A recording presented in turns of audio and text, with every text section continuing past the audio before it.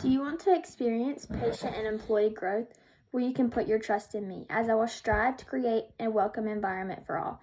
I will strive to provide patients with one-of-a-kind bedside manner and provide each employee with a supportive work environment. I'll work with all employees to create monthly goals, and once the monthly goals are reached, I'll create incentives and ensure that the incentives will be provided for their accomplishments. I am the best for the job. I feel that I am best suited to lead this practice as I am caring. I also strive to be an effective communicator, as I feel this is very important for a team and growth in a practice. Let me start by saying I'm a very caring person. I'm a very caring person, and I also put my life on hold for my great-grandmother who was placed in hospice care. My great-grandmother suffered from a third heart attack, which landed her in hospice care. Instead of sending her to a hospice home, I chose to take care of her. Me and my family made accommodations in our home to accommodate all the medical necessities that she needed to make her comfortable in her last days. I cared for her throughout the day and throughout the night, and I tried my best to make her happy and give her all her wishes and needs. Even when she became unresponsive, I continued to care for her just as she was telling me when she was responsive. I wanted to make sure she received the best care possible.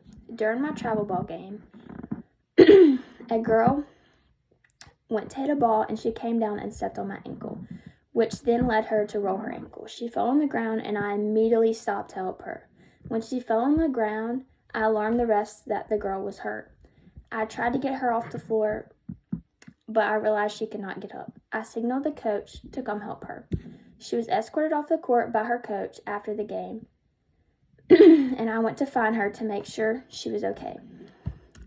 Now that I've talked about my first characteristic about being a caring person, let me tell you about my second, which is effective communication. I consider myself an effective communicator.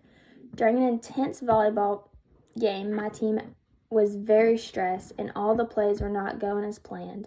I requested to my coach that we needed to call a timeout, and I brought my team together and I said a change needs to be made, which then led us to win a championship. Well into our second set, we were down by 10 and everyone was discouraged. We continued to miss balls on serve receive. I signaled our coach to call a timeout. Once the timeout was called, I brought the team together and provided positive reinforcement and encouraged everyone to keep their head up, which led us to a team win in the championship. After I missed a basketball game, my coach seemed upset with me and avoided speaking to me for multiple practices. After continuously wondering why she wasn't speaking to me, I requested that she and I have a meeting so we could talk about what was going on. After missing a makeup game for basketball against the worst team in the conference due to an out-of-state volleyball tournament, my basketball coach did not speak to me for 2 weeks or play me. I asked for a meeting with the coach to discuss my concerns and why she was not speaking to me or playing me. After both of us met and shared our concerns and discussed things, we worked everything out. So to wrap things up, you can see that I'm the best person for this job. With not only my strong personal traits, but also my promise to create a positive work environment and promote employees and patient growth. I've told you that I'm a very caring person and an effective communicator, which would be a strong thing to have in a practice. Upon hiring me, you'll quickly see that our doors will no longer be revolving. Our patient population will quickly grow and our employee base will be here to stay.